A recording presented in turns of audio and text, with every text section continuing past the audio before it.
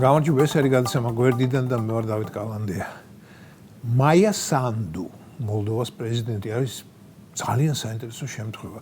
მაია სანდუ დღეს პოლიტიკურ რუკას ჭრის და კერავს, დიახ. და ასეთი რამ, რომელიმე ჩვენს პოლიტიკოს რომ ეკადრა, ვერც წარმომიდგენია რა შეიძლება დაწყებულიყო ქვეყანაში. მოდი ჩვენს დალოცულ ქვეყანას შევეშვები, თვალი რომ არ ეცეს და ვილაპარაკებ უკრაინაზე. აი უკრაინაში ვინმეს რომ ეთქვა რომ ქვეყანამ უნდა დაკარგოს სუვერენიტეტი და შეუერთდეს რუსეთს ან ბელორუსს ან პოლონეთს. მოკლედ ერთ-ერთ იმ ქვეყანას რომელთანაც ადრე უკრაინა ერთ სახელმწიფოს წარმოადგენდა. რა გამოხმაურებას გამოიწვევდა ასეთი ჟესტი ძირძველ უკრაინელებში. ეჭვმაქვს რომ ასეთ პოლიტიკოს უკრაინელები ჯერ შიშოს ხელზე ტაოც, ანუ სოლიდოლს წაუსვამდნენ, შემდეგ ქათმის ბუმბულში ამოგანგლავდნენ, მერე ჯორზე უკუღმა შესვამდნენ და მთელ ქვეყანაში გაატარებდნენ. ეს უკეთეს შემთხვევაში. უარეში კი თავი მოჭრა. და ეს ის кейსი იქნებოდა, რასაც მე დავეთანხმებოდი. შეგახსენებთ, რომ მაია სანდუ აპირებს მოლდოვას როგორც სახელმწიფოს გაუქმებას და მის რუმინეთისთვის ჩუქებას, ანუ მიერთებას. ვიღაცა მითხრა რომ ყველაფერი უკვე დიდი ხანია იქით მიდიოდაო და ამის პირველი ნაბიჯი 2023 წელს გადაიდგა, როდესაც ქვეყანაში რუმინული ენა მოლდოვას სახელმწიფო ენად გამოცხადდაო. მოლდოვური და რუმინული ენები ფაქტობრივად ერთი და იგივეა, მაგრამ თუ კი 23 წლამდე მოლდოვურ ენას მოლდოვური ერქვა, რა აუცილებელი გახდა მას რუმინული რომ ეწოდოს. არ ვიცი. მოკლედ 23 წელს პირველი ნაბიჯი გადაიდგა მოლდოვას გარუმინელობისაკენ. ასევე ამიხსნეს რომ მოლდოვას ისტორიული დაბრუნება მოხდება რუმინეთში, მაგრამ თუ არ ვცდები, მოლდოვა რუმინეთის ნაწილი სულ რაღაცა 6 წელი იყო. 1918-დან 24-მდე და მანამდე ვისი არ იყო ოსმალეთის, უნგრეთის, რუსეთის. ერთი პერიოდი ომამდე მოლდოვა უკრაინის სოციალისტური რესპუბლიკის ნაწილიც იყო, როგორც ავტონომიური ოლქი თუ რესპუბლიკა აღარ მახსოვს.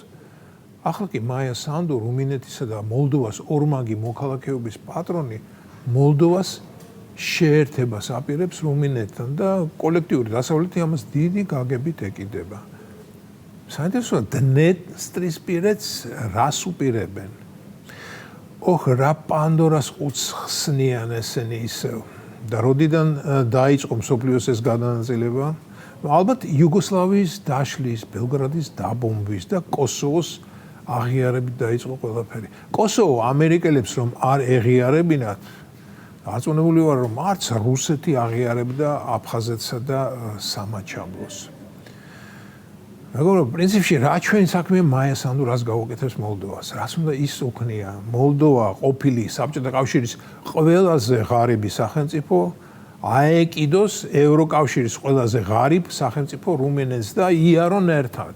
ჩვენი რამიდის იარონ ამინ. ოღონდ ჩვენ დაგვანებონ თავიანთი ჭკუის სწავლებით. ამასთანავე სანდუ გამოცუნცულდა და ბრძანა რომ თურმე რუსეთმა საქართველოს თავის ორბიტაზე დააბრუნაო. და როგორ დააბრუნა, იცით? ომის შიშის იარაღად გამოყენებითო. და მოლდოვამ კი ამ ორწლიან თავდასხმას მთელი საზოგადოების ძალისხმევის შედეგად თავი გაართვაო. ჩვენმა მოქალაქეებმა დაამტკიცეს თავიანთი ერთგულება მშვიდობის, ევროპისა და დემოკრატიის მიმართ. ამაყად თქვა სანდუმ. საინტერესო იქნებოდა დაეზუსტებინა თუ როგორ მოხდა ეს, რაში მდგომარეობდა ორწლიანი თავდასხმა და რაც მთავარია, ვინ ესხმოდა მათ თავს? ალბათ რუსეთი, აბა სხვა ვინ ესხმის ვინმეს თავს. დიახ, რუსეთი დაესხა მოლდოვას, მაგრამ მოლდოველი საზოგადოება არ შეშინდა და გაუმკლავდა. საქართველო კი თურმე შეშინდა და რუსეთის ორბიტას დაუბრუნდა. სანდუს გასაკრიტიკებელი თუ გავხდებოდით, არ მეგონა. ეთყობა ის, რომ სანდუ მოლდოვაში მცხოვრები მოსახლეობისგან ნდობას არ იმსახურებდა და არჩევნებს აგებდა, ის ამას მიიჩნევს რუსეთის თავდასხმას. რომ არა ემიგრანტების, როგორც ამბობენ, გაყალბებული ხმები, სად იქნებოდა დღეს მაია სანდუ? ალბათ უკეთეს შემთხვევაში დაუბრუნდებოდა თავის პირველ სამსახურს მსოფლიო ბანკში ეკონომისტის პოზიციაზე. მოკლედ, რაც უნდა ის გაუკეთებია, მოლდოველებმა იტეხონ თავი, მათი გადასაწყვეტია აქეთ იყვნენ თუ იქით, მაგრამ ჩვენგან რა უნდა? ვინ ეკითხება მაია სანდუ საქართველოს ვის ორბიტაზეა? საქმეც ისაა, რომ არავინ ეკითხება, მაგრამ ის მაინც გამოდის და ყოყლოჩინობს ჩვენ წინაშე. მე გისურვებთ, რომ ის მაინტერესებს, აი მის უკან ვინ დგას და ვინ ალაპარაკებს ჩვენზე.